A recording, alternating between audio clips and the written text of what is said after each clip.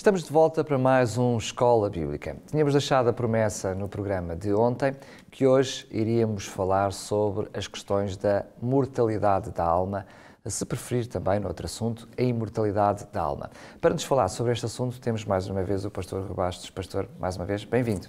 Olá, Daniel, obrigado. Apesar de eu já ter feito uma pequenina introdução, aliás, já tínhamos deixado isso como promessa no programa de ontem, o que é que escolheu como texto para o nosso sumário? Acreditar na imortalidade da alma é mais do que uma simples opinião, é aquilo que nós poderíamos chamar de um cavalo de Troia. Pergunta interessante. Vamos então ler o texto que serve de base para a aula de hoje. Encontra-se em Eclesiastes capítulo 9 e vamos ler os dois versículos, o versículo 5 e 6, que passo a ler, diz o seguinte: pois os vivos sabem que morrerão, mas os mortos não sabem coisa nenhuma. Nem tampouco têm eles daí em diante recompensa, porque a sua memória ficou entregue ao esquecimento. Tanto o seu amor como o seu ódio e a sua inveja já pereceram. Nem têm eles daí em diante parte para sempre em coisa alguma do que se faz debaixo do sol. Pastor, é verdade que nós até já tínhamos partilhado este texto numa outra aula, que este texto é muito contundente, é muito preciso, não deixa dúvidas nenhumas. Mas permita-me, porque utilizou a expressão cavalo de Troia, de lhe perguntar que ligação é que faz entre este texto e este cavalo de Troia. Na realidade, Daniel, isto é mais ou menos assim. Por vezes existem ideias que são inocentes e que se podem infiltrar na nossa estrutura de pensamento, no nosso conjunto de estruturas conceptuais, e que de início nós podemos não nos dar conta, à semelhança dos habitantes de Troia, que não se deram conta de que aquele aparente oferecimento que estava a deixar pelos invasores lhes pudesse causar tanto transtorno. E então permitiram que aquele cavalo fosse trazido para dentro das muralhas de Troia. Na realidade, o que acontece é que é justamente a partir desta oferta que se deflagra, portanto, toda a ruína da cidade de Troia, que durante tanto tempo tinha permanecido impenetrável. Em termos doutrinários e bíblicos, conceptualmente, nós podemos encontrar justamente o mesmo paralelismo. Há certas ideias que podem até ter sido consagradas no cristianismo, como, por exemplo, esta, que muitos cristãos acreditam, como falávamos no estudo anterior, de que o ser humano é detentor de uma alma imortal. Esta ideia pode ser aceita e até pregada por muitos pregadores, mas ela não é bíblica.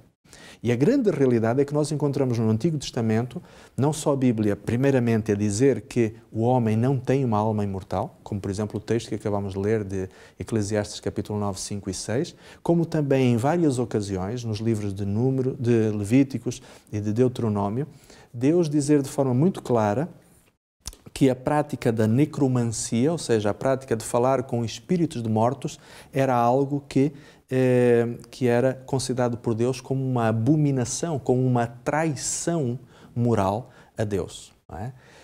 Mostrando, portanto, que Deus leva muito a sério esta questão e as implicações que esta ideia da imortalidade da alma possa ter. Mas basta olharmos ao nosso redor para nós vermos, quer nos filmes, quer em novelas, quer em séries, quer em cinema, quer na música, quer em teatro, esta noção bem presente, eu diria cada vez mais presente e até de uma forma muito inconsciente, a criar muitos adeptos. É verdade, é verdade. Existem muitas pessoas que falam ou que já ouviram falar daquilo que chamaríamos de experiência de quase morte, não é? Pessoas que dizem que em determinado momento, no limiar da sua existência, teriam visto um túnel onde tiveram contato com entidades, ou uma luz, ou uma coisa assim. Bom, há aqui um aspecto muito interessante, é que nós não podemos esquecer a origem desta ideia. E quem pela primeira vez verbalizou esta ideia o fez claramente num contexto de claro antagonismo à afirmação de Deus. Nós, se formos a Gênesis no capítulo 3, vamos encontrar a serpente que estava a ser utilizada como um médium do próprio Satanás. Portanto, a primeira experiência mediúnica da história da humanidade é justamente na árvore do Jardim do Éden, não é?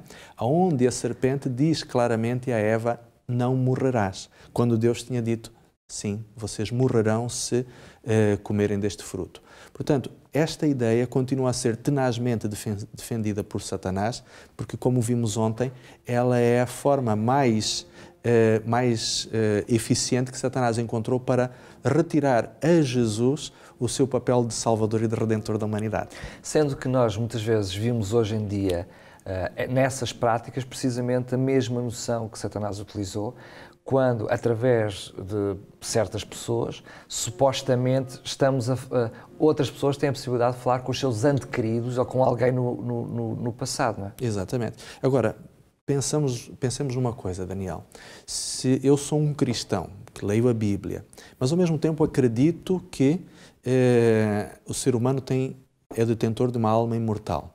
Ora, que filtros ou que proteção terei eu contra um espírito de Satanás possa vir-me insinuar ideias que sejam antibíblicas ou que sejam contrárias à Bíblia? Esta é uma questão muito séria que cada cristão deveria realmente se pôr. Assim como Eva foi seduzida pela mentira que Satanás lhe contou lá no Jardim do Éden, qualquer cristão que creia neste cavalo de Troia está à mercê de um grave perigo, porque ele não tem um filtro que o possa impedir de aceitar a ideia de que o espírito ou o pretenso espírito de um familiar seu falecido tenha autoridade para lhe vir dizer isto ou aquilo. E a verdade é que, diante de uma experiência sobrenatural como esta, por exemplo, o contato com, entre aspas, um espírito de alguém falecido, a grande maioria das pessoas fica com todas as suas convicções completamente abaladas, não é? Abaladas e postas em causa.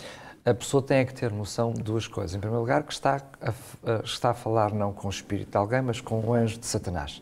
E que certamente conhece tudo. Exatamente. Conhece todas as coisas. E por outro lugar, Deus não pode falar por esse meio, não é? O pastor partilhou connosco que Deus abomina essas coisas. Exatamente. Portanto, Deus não utilizará esses métodos, utilizará outros para falar com o ser humano. Se eu me predisponho a falar com um anjo dessa forma, eu só poderei, já sei à partida que não é um anjo de Deus, mas é um anjo de Satanás. Não é? Exatamente. Pastor, para terminar a nossa aula de hoje, o que é que nos pode trazer como parte prática no Aprende Fazendo?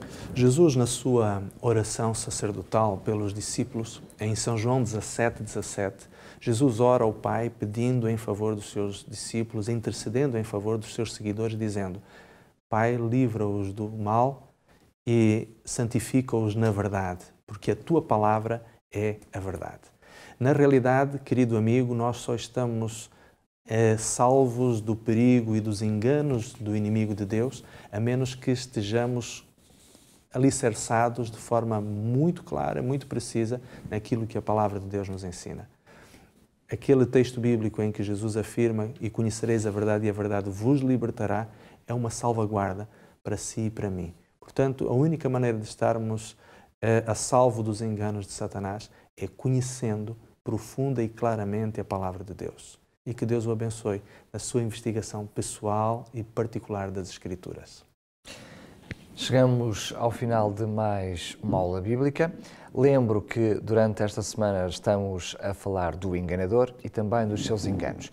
Resumindo, tínhamos dois grandes enganos, da qual hoje falámos sobre eles. Um deles é a imortalidade da alma e depois falámos do outro engano, que seria precisamente a questão do dia de adoração ou do falso dia de adoração.